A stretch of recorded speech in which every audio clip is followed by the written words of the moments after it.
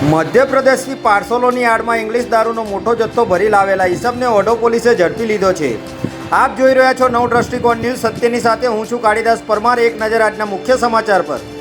મધ્યપ્રદેશથી પાર્સલોની આડમાં English દારૂનો મોટો જથ્થો ભરી લાવેલા ઈસમને ઓઢવ પોલીસે ઝડપી લીધો છે।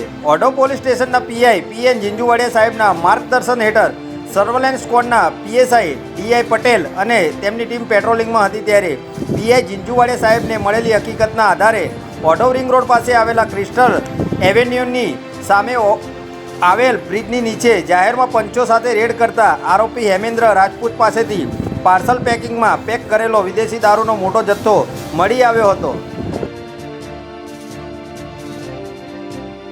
સ્થળ પરથી પોલીસે ભારતીય બનાવટીના વિદેશી દારૂના 3528 બોટલ કબજે કરી છે, જેની બજાર કિંમત 5 લાખથી પણ વધારે થાય છે।